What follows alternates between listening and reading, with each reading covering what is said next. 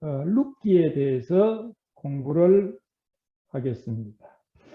룻기에 대해서 우리가 공부하기 위해서 잠시 룻기에 대한 안내가 필요하거든요. 네, 룻기.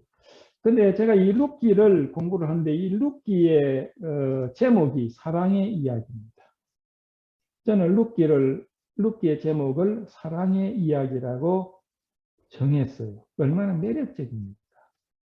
그리고 아름답죠. 예. 이 룻기의 제목은 영어로 루시라고 이야기를 하고 한국의 단어로 룻이라고 이야기하는데 여러분 혼동하시면 안 됩니다. 그 성경에 룻과 비슷한 이름이 있어요. 여러분 무엇인지 아십니까? 룻은 히브리어로 루스라고 그러는데 우정, friendship 이란 뜻을 가지고 있습니다. 그럼 이 룻기는 누가 기록을 했는가? 저자가 아니고 기자지요. 기록을 했다. 기자인데 그 유대인의 그 탈무드에는요, 사무엘이 룻기를 기록했다 이렇게 되어 있는데 뭐 그럴 수도 있어요. 그런데 이 책에는 다윗의 이름이 나오죠. 맨 뒤에 4장에 보면 다윗의 이름이 나옵니다. 다윗의 이름이 나오고 그의 아들 이름은 아직까지 안 나와요. 솔로몬의 이름은 나오지 않습니다. 그 다음에 이 책을 쓴 목적 중에 하나가 이스라엘의 왕제인 다윗의 가계를 소개하고 있습니다. 다윗의 왕이 어떻게 해서 출현했는가 그것을 사연을 기록하는 것이 목적 중에 하나예요. 그런데 아까 이 룻기를 기록한 것이 사무엘이라 이렇게 유대인의 그 탈무드는 이야기를 하는데요. 사무엘은 다윗이 왕이 되기 전에 이미 죽었어요. 예. 그렇기 때문에 아마 많은 사람들은 위의 사실을 종합을 해보면 아마 사무엘이라기보다는 다윗 왕 때에 기록을 했지 않겠는가, 어느 사람이 기록했지 않겠는가 이렇게 생각이 들고요. 또 유대인들이 생각하는 것처럼 사무엘이 기록을 했다면 아마 뒷부분에 있어서 족보는 다윗 왕 때 누군가 덧붙여 가지고 기록을 했을 것이다. 이렇게 볼 수가 있습니다. 그러니까 누가 기록했는지 100% 확신은 없어요. 우리가 그 나라에 가면 물어보면 알 수 있을 겁니다. 그 다음에 이 룻기의 주제와 목적이 뭔가, 이 책을 쓴 주제와 목적이 뭔가, 그걸 우리가 보면요. 이 책의 주제는 구속이에요. 다른 말로 구원이라고 말할 수 있죠.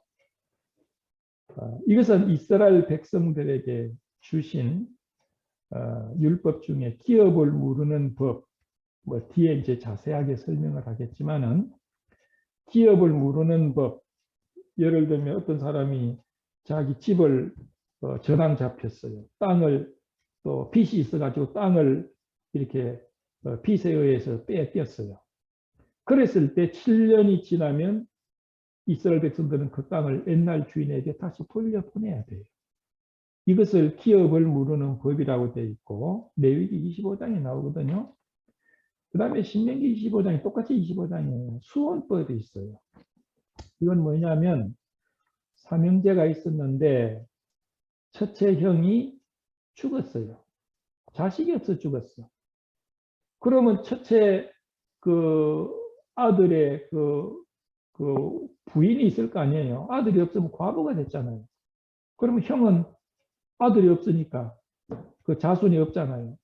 그러면 둘째 형제나 셋째 형제가 형수를 취해서 아들을 낳아서 형의 후사를 잇도록 하는 거 좀 이상하기는 해요. 예. 이걸 우리가 수혼법이라고 그러는데 이제 그런 이야기가 룻기에 나오거든요.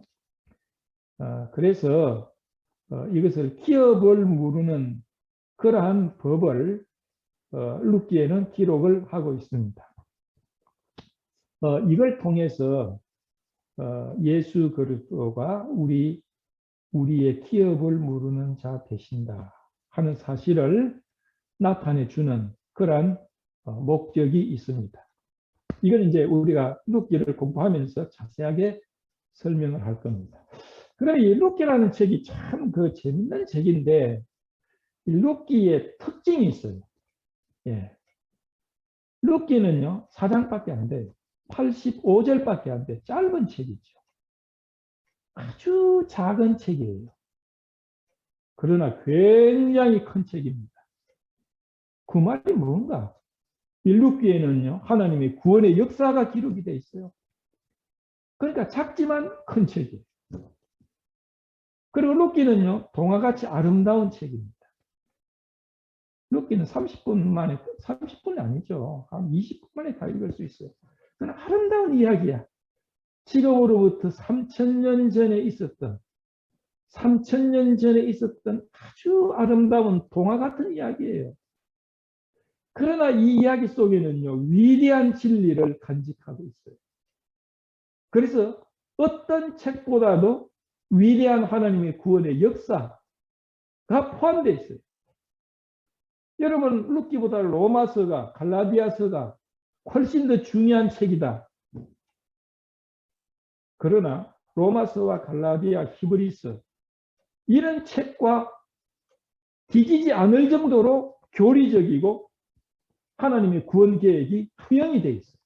그렇기 때문에 기가 막힌 책이라는 것이죠.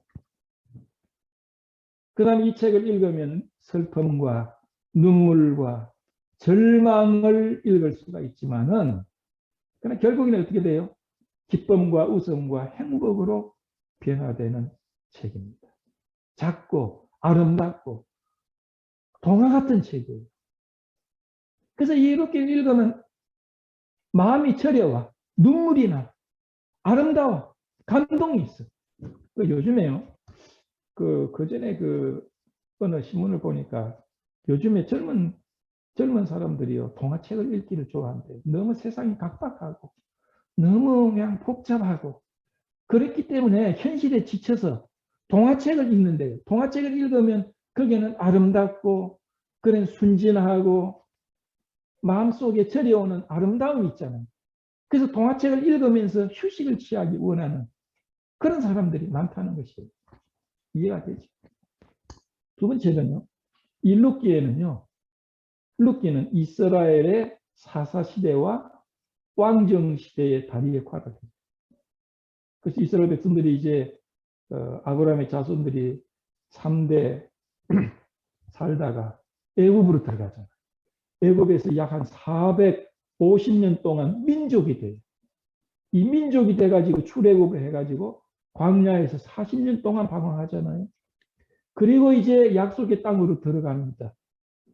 약속의 땅으로 들어가서 약 한 300 몇 년, 350년 정도 사사시대가 돼요. 사사시대는 왕이 없었어요. 하나님이 왕이었어요. 사사들이 이렇게 이스라엘 백성들을 보호하고 그랬습니다. 그러고 난 다음에 우리에게 왕을 주십시오 하니까 하나님이 사울 왕을 주시고 사울 왕이 불순종하니까 패하고 다윗 왕을 주어서 다윗 왕계가 되잖아요. 그래서 사사시대와 왕계, 왕정을 연결하는 그러한 다리 역할을 하는 것이 이 책입니다. 그 다음에요, 이 룻기에는요, 룻이 이방인이잖아요. 이방인인데 예수 그리스도의 육신적인 조상이 돼요. 할머니가 된다 이거예요. 예수 그리스도의 유대인의 왕계의 족보에 이방 여인이 들어가 있어요. 룻이에요. 이것을 통해서 이방인도 이스라엘에 속할 수 있는 메시아는 이스라엘의 메시아 구원자만 아니고 온 인류의 구원자라는 복음의 우주성을 보여주는 책입니다. 얼마나 중요해요. 그 다음에 이 룻기는 여인들의 책이라고 볼 수 있어요. 잠언 마지막 장에 보면 현숙한 여인에 대해서 나오죠. 현숙한 여인에 대해서 나옵니다.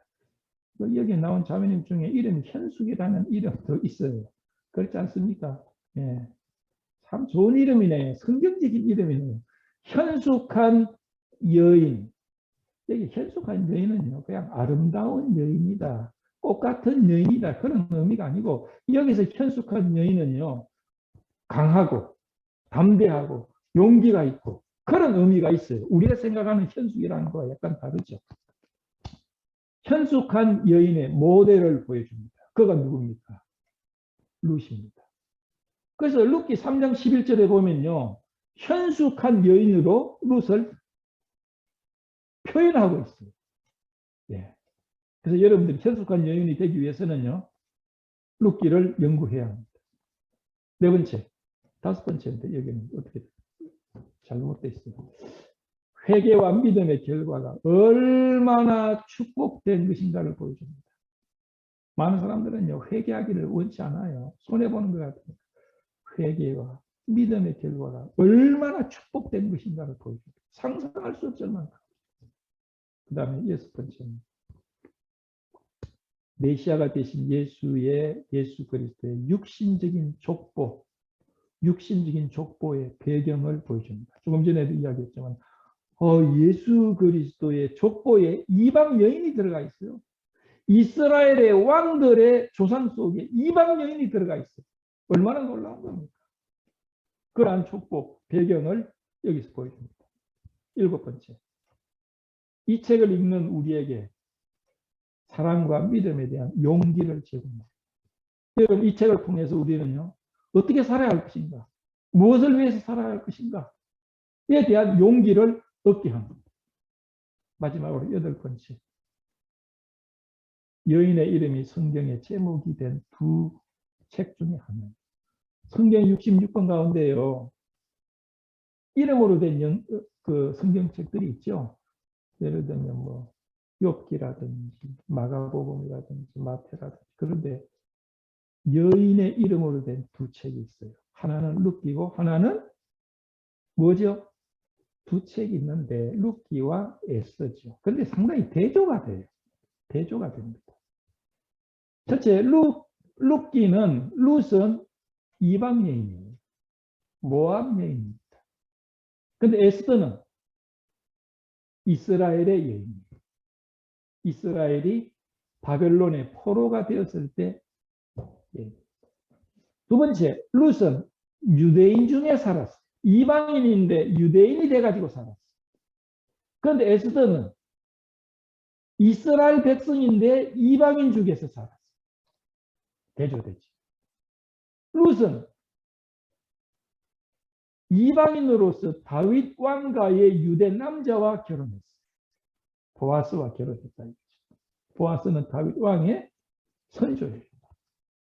그런데 에스더는 이스라엘 백성인데 이방인 제국의 왕과 결혼했어요. 얼마나 대조가 돼요. 그런데 공통점이 있어요. 믿음과 축복의 이야기. 둘 다 믿음과 축복의 이야기. 마지막으로 이 룻기를 뼈대 구조를 우리가 살펴보면요. 첫째, 타락이 나옵니다. 오늘 공부할 내용이죠. 타락이 나옵니다. 물론 타락이 나오니까 죽음이 나오지요. 죽음도 나옵니다. 그 다음에 회개가 나와요. 여기서 우리는 회개가 무엇인가를 배우게 됩니다. 그러나 이러한 환경 가운데 회개한 사람들에게 은혜가 주어져요. 은혜라는 걸 배웁니다. 그리고 믿음이라는 걸 배워요. 3장은 믿음장입니다. 4장 전반부는 구원이에요. 4장 후반부는 축복, 야, 여러분 보십시오. 이 룻기가 적은 책이라고 그랬죠? 근데 얼마나 중요한 내용들이 나와요. 타락, 회개, 은혜, 믿음, 구속, 축복. 이것은 성경의 주제들이에요. 성경을 종합하면 룻기가 되는 거예요. 얼마나 중요한 책입니까? 그러면서 아름다운 이야기로 되어 있어요. 기가 막힌 책입니다. 성경의 내용을 우리가 간추리면 뭐예요? 창조가 나오죠. 그 다음에 인간의 타락이 나오죠. 타락으로 인간의 에덴 동산에 쫓겨나고 죽음이 나오죠. 그 인간을 구원하기 위해서 하나님은 예수 그리스도를 보내서 우리를 구원하셨어요. 그것이 신구약의 내용입니다. 그걸 믿으면 멸망치 않고 영생을 얻는 겁니다. 천국이 나옵니다. 이것이 성경의 모든 것이에요. 그런데 성경의 내용이 룻기에 다 나와. 얼마나 중요한 책입니까? 사장밖에 안 돼요. 여러분 이 책을 공부하고 싶습니까? 공부하고 싶은 마음이 듭니까? 도대체가 이 책이 기가 막힌 이런 내용을 가지고 있다니 좀 알고 싶다. 그런 생각이 드십니까? 예. 그렇다면 이 책을 공부해 보겠습니다. 자, 여러분의 성경을 펴십시오.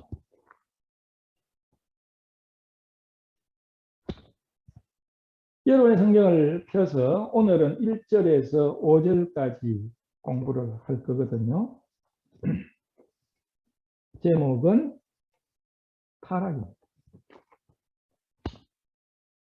1절 사사들의 치리하던 때에 그 땅에 흉년이 드니라.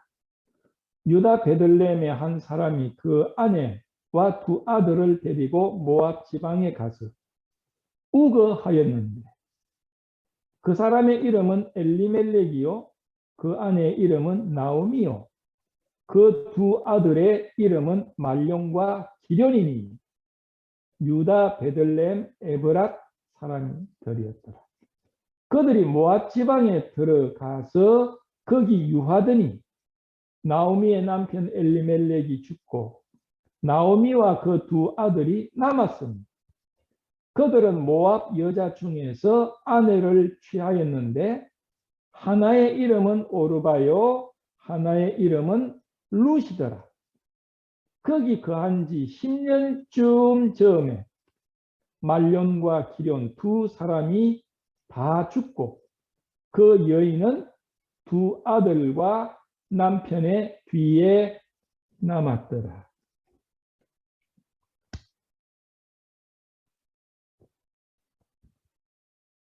이 책을 보면요.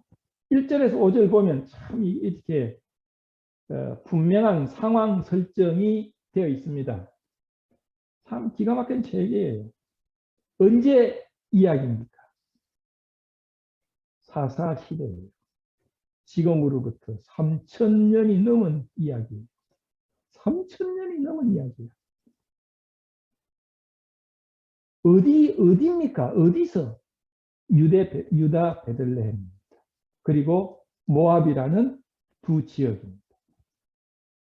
누구의 이야기입니까? 엘리멜렉이라는 사람의 가족의 이야기예요.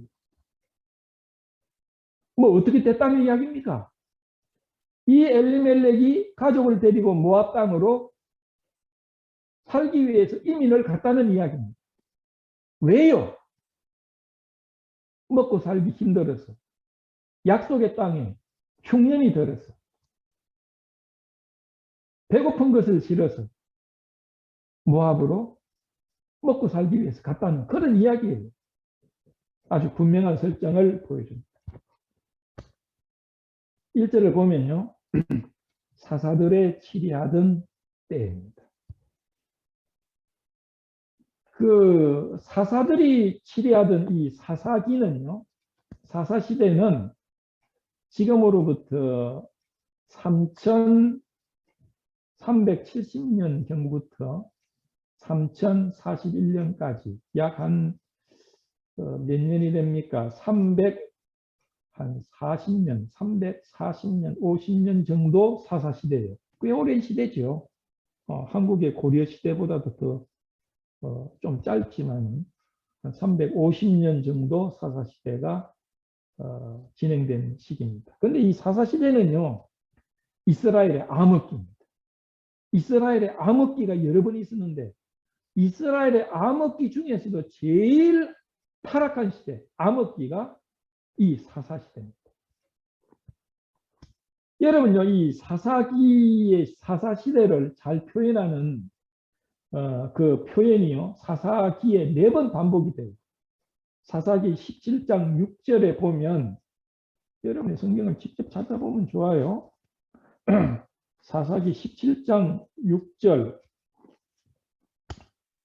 17장 6절이 이 사사시대를 잘 표현해주고 있어요. 사사기 17장 6절에 보면, 그때에는 이스라엘의 왕이 없으므로 사람마다 자기 소견에 옳은 대로 행하였더라. 그때는 언제? 사사시대는 이스라엘의 왕이 없기 때문에 사람마다 자기의 생각대로, 자기 소견대로 행했다는 것이에요. 이 말을요, 우리가 굉장히 조심해서 들어야 합니다. 그 다음에 18절 1절에 보면, 그때 이스라엘의 왕이 없었고, 18절 1절. 그 다음에 보면요, 19장 1절에도 똑같이 나와요. 이스라엘의 왕이 없을 때에, 이스라엘의 왕이 없을 그때에. 그 다음에 아주 의미심장한 것, 사사기의 마지막 장, 마지막 구절이에요. 그때 이스라엘의 왕이 없으므로 사람이 각각 그 소견에 옳은 대로 행하였더라. 이것이 사사기가 암흑시대라는 원인, 이유예요.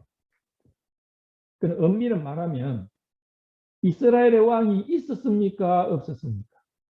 어떻게 생각하세요? 성경에는 이스라엘 왕이 없었다고 되어 있죠. 이 말은 뭐냐면 인간 왕, 다윗이나 사울이나 이런 왕은 없었다는 거죠. 그런데 사실은 있었어요. 여러분들의 말씀입니다. 누가 왕이었어요? 정치적인 도구는 사사들이었어요. 사무엘도 사사였거든요. 사무엘도 마지막 사사였어요. 예. 그래서 이스라엘 왕이 없다는 것은 맞는 이야기고 또 틀리는 이야기예요. 이스라엘의 왕은 하나님인데 그들은 하나님을 왕으로 인정하지 않았어요. 그 말이에요, 여기. 그때 이스라엘의 왕이 없으므로, 없는 게 아니고 하나님이었는데 하나님을 왕으로 인정하지 않았어요. 그래서 하나님의 말씀대로 살지 않고 자기 생각대로, 자기 소견대로 살았다 이 말이에요. 이게 암흑기의 특징입니다. 지금으로부터 3천 몇백 년 전의 이야기예요. 근데요, 지금이 사사기입니다. 지금이 사사기예요. 사사기와 지금이 차이가 전혀 없어요.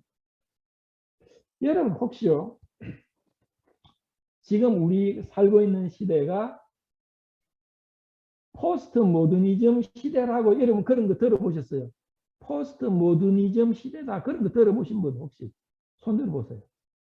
포스트 모더니즘 그런 이야기 들어보신 분들, 예, 좀 들어보셨죠? 근데 여러분은 뭐 포스트 모더니즘인지 뭔지 뭔 말인지 모르겠다 이제 그런 분들이 많으실 건데, 포스트라는 거는 후, 다음이라는 말이고, 모더니즘은 현대란 말이에요. 후현대주의, 지금 시대가. 근데 그러면 후현대주의는 현대주의의 뒷부분이니까 현대주의가 있을 거 아니에요. 지금으로부터 약간 앞선 시대야. 정확하게 이야기하면 1960년 전, 1960년대 전을 모더니즘 시대라고 그래요. 모더니즘 시대는 1700년대, 1800년대, 1900년대 전반부까지를 모더니즘 시대라고 그래요. 예, 현대주의 시대라고 그래요. 물론 이것은 서양 사상을 중심으로 하는 겁니다. 그런데 모더니즘 시대를 잠깐 묘사를 하면요. 모더니즘 시대를 간단하게 설명하면 인간의 이성을 최우선으로 삼았어. 인간의 생각, 인간의 경험, 이것이 최고다. 그래서 성경을 읽어도 인간의 이성으로 판단을 해. 경험으로 판단을 해. 그래서 야, 예수님이 물 위로 걸었다는데 진짜 걸었을까? 그런 경우를 본 적이 없어. 걸어보니까 안 돼. 그래서 안 믿는 거예요. 경험과 이성을 통해서 사람이 물 위로 걸을 수 있는 것은 불가능해. 이것이 이제 이성이라. 그래서 성경을 읽을 때 경험적으로 경험할 수 없는 건 안 믿는 거, 부인하는 거예요. 그리고 내 생각에 아이고 그런 이치는 안 돼. 물로 포도주를 아이고 그런 일이 있을 수가 없지. 그러면 안 믿는 거예요. 그래서 성경을 안 믿는 사람들 많죠. 예. 신학자들 중에서도 성경 안 믿는 사람들 많아요. 여러분 신학교 다닌다고 해서 다 성경 믿는 거 아니에요. 성경 안 믿는 신학교가 더 많다고 저는 생각이 들어요. 동정녀 탄생도 안 믿어요. 뭐 그건 그렇다 치고 그러면 현대주의 후현대주의 지금 시대인 포스트 모더니즘은 뭐냐? 간단하게 설명할게요. 현대 우리가 살고 있는 이 시대를 포스트 모더니즘 시대라고 이야기하는데 이 포스트 모더니즘 시대는 절대 진리가 없다는 거예요. 모더니즘 시대는 절대 진리를 인정했어. 그런데 지금 이 시대에는요, 절대 진리는 없어. 진짜 진리는 없어. 진리는 상대적이야. 나에게는 이게 진리고, 당신에게는 저게 진리야. 그러니까 절대 진리가 없어. 불교도 진리일 수 있고, 이슬람도 진리일 수 있고, 기독교도 진리일 수 있고, 각기 나름대로 진리야. 이렇게 생각하는 사람이 있습니까? 이렇게 생각하는 사람도 포스트 모더니즘 시대에 사는 사람들. 그러니까 기독교가 유일한 진리일 필요가 없어. 아, 이거 아주 좋은 것 같지만 골치 아픈 거예요. 그래서 이 사람들은요, 진리는 여러 것이다. 그렇게 봅니다. 내 진리는 내가 생각할 때 옳은 것은 그게 진리야. 내가 느낌이 좋으면 그건 참 진리야. 아주 그것이 포스트 모더니즘. 여러분 보십시오. 그때 이스라엘의 왕이 없으므로 사람들이 각기 자기 소견대로 행했다. 이게 뭐죠? 포스트 모더니즘이에요. 정확한 겁니다. 그래서 포스트 모더니즘은 요즘에 생겨난 게 아니에요. 이거는 3000년 전에 이미 있었던 거예요. 옛날에 있었던 것이 지금 나타난 거예요. 안 변한 겁니다. 이게. 창세기에 보면요. 사탄이 뱀으로 나타났죠. 계시록에 보면 용을 잡아보니까 옛날 창세기에 나타난 그 옛뱀이더라 그랬어요. 이러면 그 구절 기억납니까? 예. 미래에 나타날 그 사탄 잡고 보니까 창세기에 있었던 아담과 하와를 유혹했던 그 사탄 뱀이었다 이 말이에요. 옛날 것이 지금 있는 거야. 새로운 게 아니야. 지금이 사사시대라니까요. 여러분 보십시오. 아, 기독교 어떻습니까? 아, 기독교 좋지요. 이슬람. 아, 이슬람도 좋아요. 이슬람 사람들한테 이슬람이 진리고 기독교 사는 사람 기독교 진리고 나는 불교 믿는데 불교예요. 그러니까 제발 불교가 틀렸다. 기독교가 옳다. 그런 말 하지 마세요. 다 같은 진리니까 이것이 포스트 모더니즘이에요. 절대 진리가 없다는 이야기예요. 지금 이런 시대예요. 우리가 복음을 전하고 예수를 믿어야 된다고 하면 당신이나 잘못이시오. 나는 내 진리가 따로 있으니 나한테 권하지 마세요. 예수 믿는 건 좋습니다. 그러나 예수가 유일한 길도 아니고 진리도 아니고 유일한 생명도 아니에요. 그러나 주님은 나는 길이요 진리요 생명이니 나로 말미암자거나 아버지께로 올 자가 없느니라. 그것이 부인되는 거예요. 이게 포스트 모더니즘이에요. 사사시대가 그런 시대였다니까. 그래서 표준이 없으니까 자기 옳은 대로 파니까 사회가 어지러울 수밖에 없는 거 아니에요? 예. 캘리포니아에도요, 지금 뭐 한 10년 전인가요? 뭐 10몇 년 전인가? 동성 결혼 그거 반대하자. 결혼을 허용할까 말까. 그래가지고 그게 프로포지션 8이라고 캘리포니아에서 주민 발의안으로 올라갔어요. 그러니까 난리가 났습니다. 막 동성 결혼 찬성하자, 반대하자. 근데요, 이겼겠어요, 졌겠어요? 이겼어요, 이겼어요. 그래서 동성 결혼이 부결됐는데 그 이후에 연방 판사가 한 사람이 이거는 미국 헌법에 어긋나 무효. 이런 시대예요. 한 사람이 수백만 명이 옳다고 이겼는데 한 사람이 팍. 지금 이게 민주주의가 이게 절대 좋은 거야. 그때요, 찬반 논쟁을 할 때 많은 그리스도인들이 반대했어. 동성 결혼 안 된다. 그랬는데 또 많은 교회 지도자들이 찬성을 했어. 자기들 좋다는데 하게 하지 왜 못하게 해? 나는 동성 결혼 좋아하고 동성 연애 안 좋아하는데 왜 저 사람은 자기가 좋다는데 뭐 왜 그렇게 꼭 못하게 해야 돼? 그렇듯 하지 않습니까? 여러분 그런 생각 가지고 있어요. 그러면 여러분은 포스트 모더니즘 세대에 살고 있는 사람.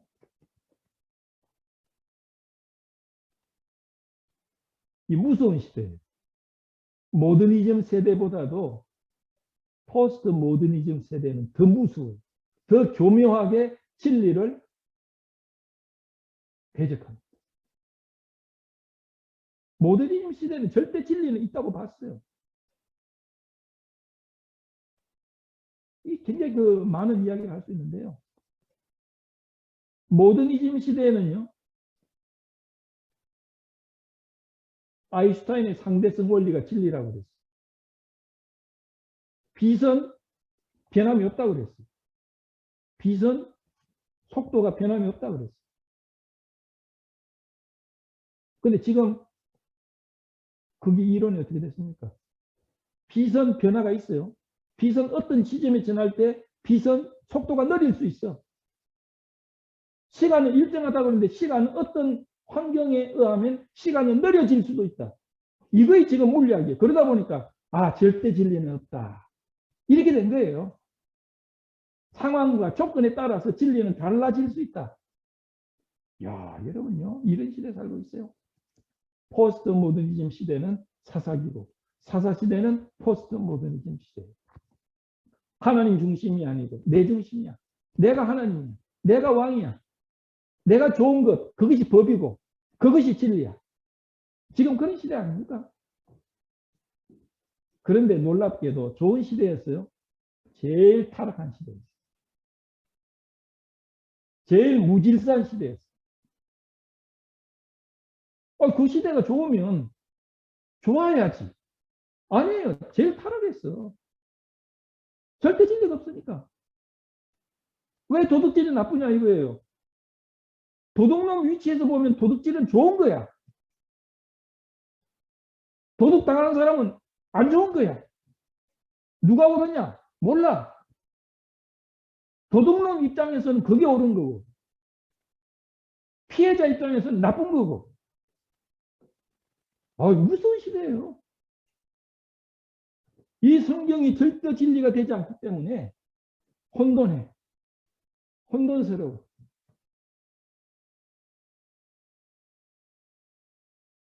그래서 이 시대는 어땠습니까? 사이클이 있어요. 이스라엘 백성들이 사사시대에는 하나님 앞에 범죄했어. 하나님이 맴매를 때렸어. 징계했어. 그리고 잘못했습니다. 회개합니다 하면 하나님이 또 구원을 했어. 사사를 통해서. 그럼 살아. 조금 이제 이가 쭉 이래 되다가 그 다음에 또 범죄. 또 이렇게 돼요. 계속해서 이게 사이클이에요. 이 하나님의 징계는요. 성경에 보면 세 단계예요. 처음에 잘못하면 흉년이 와. 비가 오지 않고 농사가 안 되고 먹을 것이 없어. 가난해져. 배고파. 이것이 첫째 단계. 그런데도 회개 안 하고 더 계속해서 죄를 지면요. 대적이 와가지고 그 나라 이스라엘 백성들을 막 때리고 막 해가지고 막 뺏어가고 압제하고 이게 두 단계야. 그럼에도 불구하고 그것을 계속했을 때는요. 외국이 와가지고 이스라엘 백성들을 끌고 가버려. 약속의 땅에서 끌고 가버려. 그래서 지금으로부터 얼마입니까? 2700년 전에 북왕국 이스라엘 열 지파는요. 아수르에 의해서 망해버렸어요. 그때부터 이스라엘이 지금으로 2700년 전부터 이스라엘은 세계에 흩어지기 시작했어요. 디아스포라. 유다 남았는데 유다는 조금 더 유지가 됐어. 그래도 유다도 마찬가지야. 우상 숭배하고. 그래서 하나님 이번에는 바벨론을 통해서 이 유다 백성들을 바벨론으로 끌어가 버렸어. 성전도 파괴해버렸어. 예루살렘 성도 파괴해버렸어.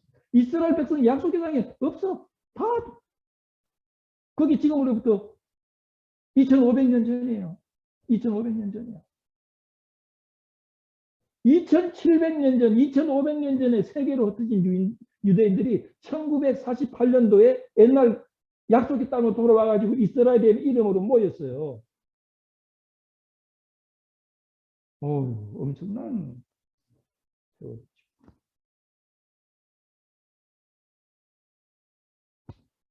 그래서 1절에 보니까 사사들이 치리하는 때에 이제 아시겠죠? 어떤 시대인지.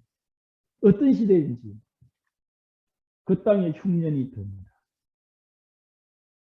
당연하죠. 자기 속인대로 살고 하나님을 왕으로 인정하지 않으니까 흉년이 드는 것은 당연한 거 아니겠어요? 하나님 불순종하고 하나님 인정한 나의 왕으로 주님으로 인정하지 않는데 행복하겠어요, 그들이? 아니죠. 성경의 흉년은요, 13번 나와요. 많은 경우가 죄와 연관이 있어요.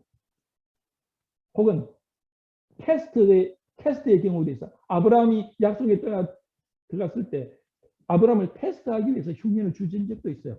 테스트를 하거나 아니면 죄와 연관이 있어요. 여기서는 죄와 연관이 있는 것 같아요. 흉년이 드니라 당연한 거죠.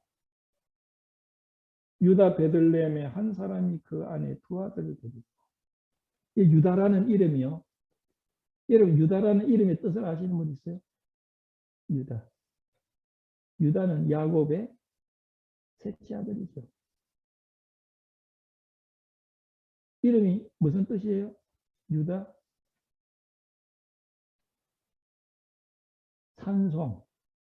산송이라는 뜻이에요. 유다 지파에 살았던 사람이, 이 사람이 유다 지파인데 베들레헴에 살았어. 베들레헴이라는 말은 떡집, 빵집이라는 말이다. 네, 베들레헴 살았어요. 근데 그 사람의 이름은 엘리멜렉이야. 엘리멜렉은 나의 하나님은 왕이다. 혹은 왕은 나의 하나님이다. 그런 말입니다.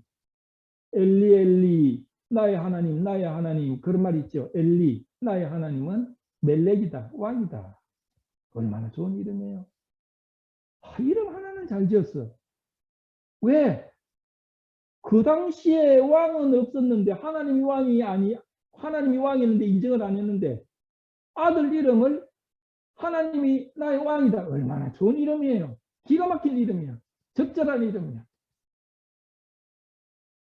그 나의 아내의 이름은 나옴이요. 여러분 나옴이라는 것은 많이 들어봤죠? 예, 나오미. 예. 나오미는 희락이다, 기쁨이다, 그런 뜻이에요. 이런 보십시오.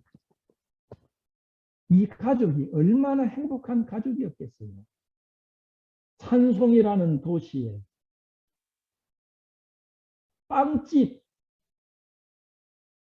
빵집이라는 마을에 하나님이 나의 왕이라는 이름을 가지고 기쁨과 희락이라는 이름을 가진 이 남편과 아내, 얼마나 행복한 환경이에요. 지금 기가 막히는 환경 아닙니까? 찬송이라는 군에 떡집이라는 연애, 남편의 이름은 하나님은 왕이고 아내는 희락이다. 얼마나 완벽한 조건입니까? 그런데 이 엘리멜렉이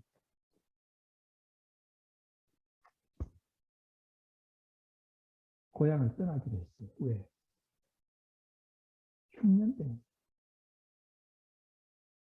사사시대가 그랬는데 이 엘리멜렉이 뭐 신실한 믿음을 가지고 말씀을 지켰던 사람은 아니지요.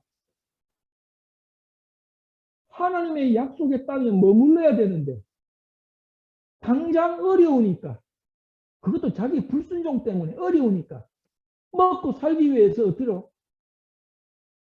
하나님의 땅을 떠나서, 약속의 땅을 떠나서 이방인 땅에 가서 모압에 가서 살려고 했어요.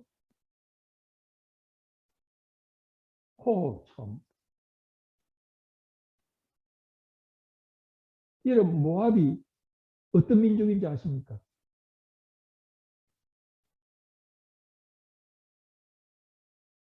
이 모압의 민족이요.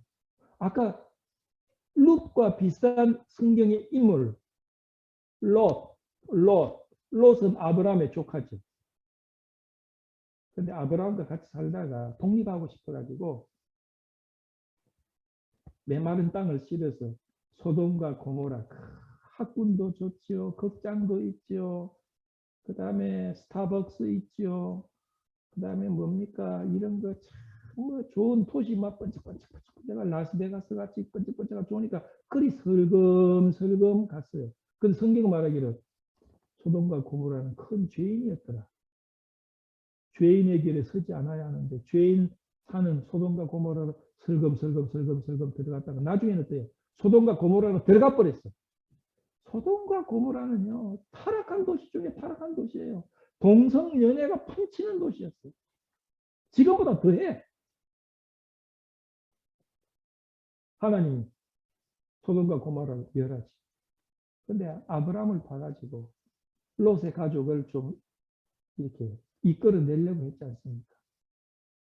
하늘에서 불이 내려가지고 소돔과 고모라가 다 멸하는데, 아이고 롯의 아내는 자기 집 금반지, 그 다음에 다이아몬드 10카rat짜리, 그 다음에 목걸이 이런 것이 탐났는지 어땠는지, 아이고 저거 다 없어지냐 하고 뒤돌아보다가 소금 기둥이 됐죠.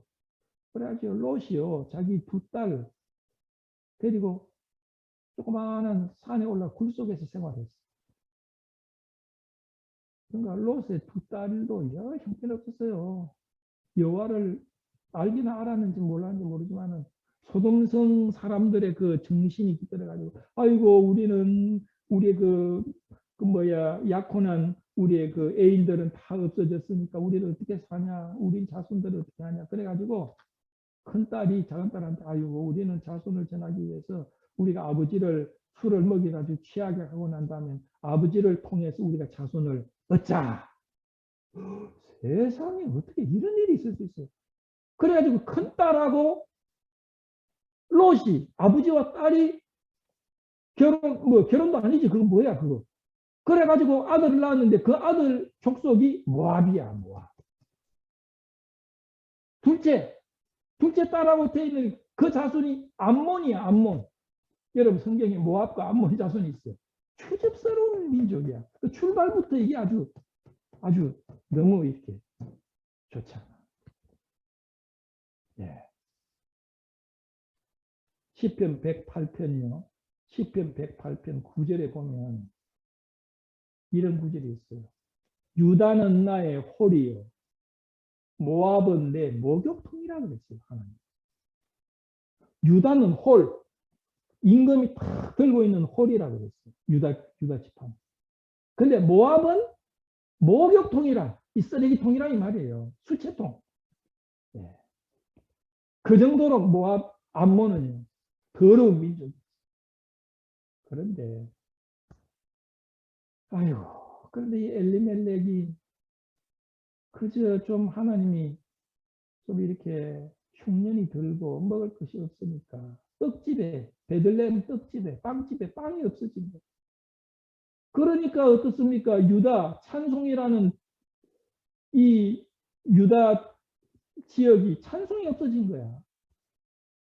네. 떡집에라는 베들레헴에 떡이 없고 찬송이라는 이 지역에 찬송이 사라졌어. 그 원인은 뭐예요? 하나님은 나의 왕이라는 이름을 가진 엘리멜렉이 하나님을 자기 왕으로 섬기지 않아. 그러니까 나옴이라는 이 기쁨이라는 이름을 가진 여인은 기쁨이 사라져 버렸어. 이게 타락 아닙니까? 뭐 여러분들이 그리스도인으로서 좋은 이름 가지죠. 무슨 뭐 이름 기가 막힌 좋은 이름을 가져. 근데 그 이름에 맞게 생활 안 하면 안 되는 거죠. 그리스도인이라고 해서 위치적으로 행복하고 만족하고 그거 아니에요. 그리스도인 아닌 사람보다 더 불행해질 수가 있고 더 목마를 수가 있고 더 허무할 수 있어요. 하나님을 올바로 섬기지 않으면 타락하면 그렇게 되는 거예요. 그래서 회개하고 하나님 앞에 돌이키려고 생각 안 하고 아이고 먹을 것이 없으니 뭐 양식 있는 대로 내려가자 하고 이방으로 내려갔네. 이게 타락이에요.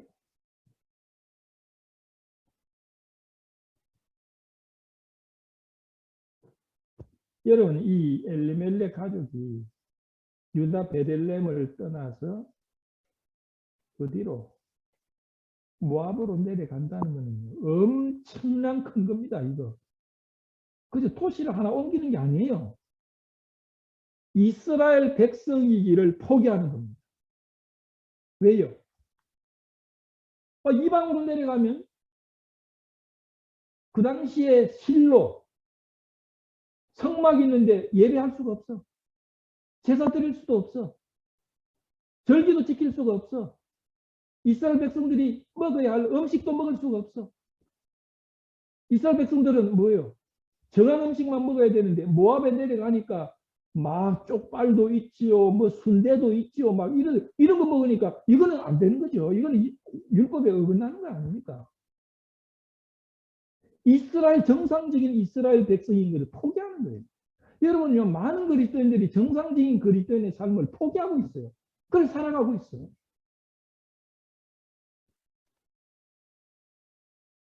우리 그리스도인들이 환경이나 조건에 따라 살면 안 돼요. 약속, 말씀에 따라 살아야 돼요.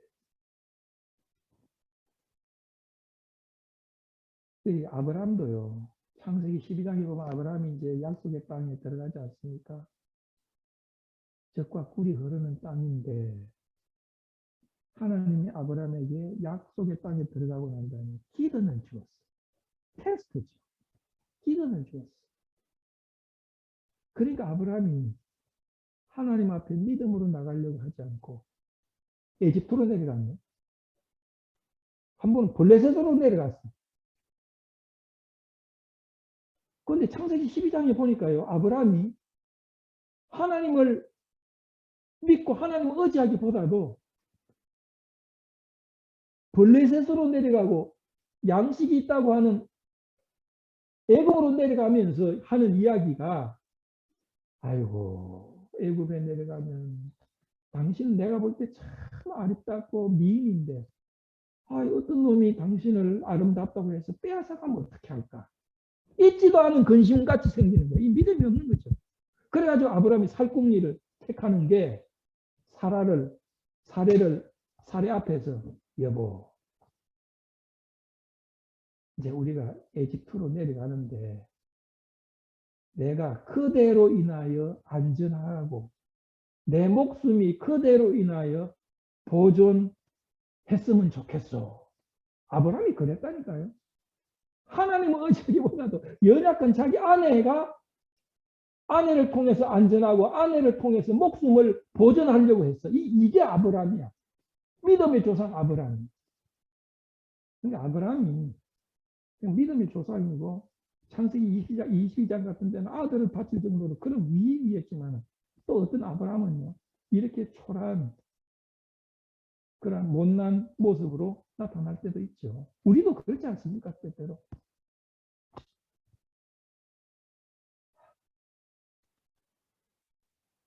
그런데 그들이 모압 지방에 들어가서 거기 유아들이 나오미의 남편 엘리멜렉이 죽고 나오미와 그 두 아들이 남았어요. 그들은 모압 여자 중에서 아내를 취하였는데 하나의 이름은 오르바요 하나의 이름은 루시더라. 거기 그한 지 10년쯤에 말론과 기론 두 사람이 다 죽었어요.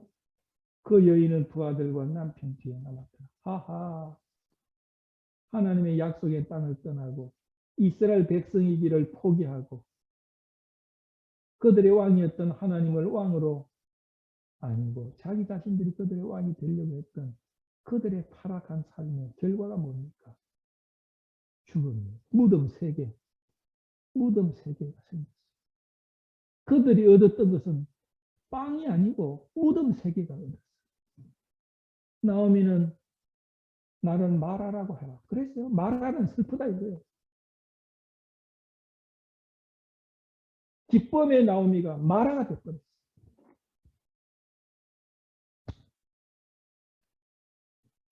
그들이 이스라엘에서 타락해서 내려가는데 뭐 거기서 결혼을 하려니까 믿는 배우자를 얻을 수 있겠어요? 에이, 아무나 없지. 해가지고 뭐예요? 두 아들 며느리를 모압 여인을 며느리로 삼았어. 그게 오르바와 룻이에요. 오르바는 고집이 세다는 이름이고 룻은 우정이다. 그런 이름이에요. 이스라엘 백성들이 이방으로 내려가는 거 타락이죠. 이방에 내려가니까 그들의 자녀들, 배우자도 이방 여인과 결혼했어요. 이거는 뭐예요? 완전히 이스라엘 백성이기를 포기한 겁니다. 여러분요. 신명기 7장 3절을 한번 읽어보시겠어요? 신명기 7장 3절에는요. 신명기는 율법책 아닙니까? 이스라엘 백성들에게 하나님이 이렇게 살아라 라고 하는 그 책이에요. 이 신명기 7장 3절에 보면요. 다음과 같은 표현이 나와요. 또 그들과 혼인하지 말지니 내 딸을 그 아들에게 주지 말 것이요 그 딸로 내 며느리를 삼지 말 것은 그가 내 아들들을 유혹하며 하여 그로 여호와를 떠나고 다른 신들을 섬기게 함으로 여호와께서 너희에게 진노하사 갑자기 너희를 멸할 것입니다. 신명기에 뭐라고 그랬어요? 이스라엘 백성들에게 이방 민족으로 며느리를 삼지 말고 이방인으로 하여금 사위를 삼지 말라 그랬어요. 그런데 엘리멜렉은 두 아들을 그것도 쓰레기통과 같은 모압의 딸들을 며느리로 삼았어요. 완전히 타락한 겁니다. 이스라엘 백성이기를 포기한 겁니다. 신명기 23장을 보세요. 신명기 23장을 보면요. 더 기가 막혀. 23장 3절에서 6절 제가 한번 읽어드릴게요. 들어보세요. 암몬 사람과 모압 사람은 여호와의 총에 들어오지 못하리니 그들에게 속한 자는 10대뿐 아니라 영원히 여호와의 총에 들어오지 못하리라. 그들은 너희가 애굽에서 나올 때 떡과 물로 너희를 길에서 영접지 아니하고. 야, 뭡니까? 그 정도로 모압과 암몬은요, 여호와께서 가증히 여기는 사람들이 있어요. 자, 정리해 봅시다. 포스트 모더니즘 시대였던 사사기, 아름다운 땅에 아름다운 찬송이라는 유다에, 그리고 떡집, 빵집이라는 베들레헴에 배불리 먹고 살았던 여호와를 나의 왕으로 모시라는 이름을 가졌던 엘리멜렉이 기쁨이라는 아내를 데리고 살았는데 불순종했어요. 그래서 흉년이 오니까 회개보다는 뭐예요? 먹고 살기 위해서 이방을 향했어요. 그리고 이스라엘 백성이기를 포기했어요. 그리고 며느리들을 참다 모압 백성으로 삼았어요. 하나님이 그들에게 징계했죠. 죽었어요. 나오미는 홀로 남았어요. 누구 이야기입니까? 엘리멜렉의 이야기입니까? 혹시 여러분의 이야기가 아니에요? 혹시 여러분의 이야기가 아닙니까? 여러분이 혹시 엘리멜렉과 나오미와 좀 닮은 점이 있는 거 아니에요? 그런 부분이 없습니까? 여러분의 모습이 이방인과 지금 여러분 주변에 살던 사람들과 사는 생각과 스타일, 또 살아가는 방법 좀 비슷한 거 아닙니까?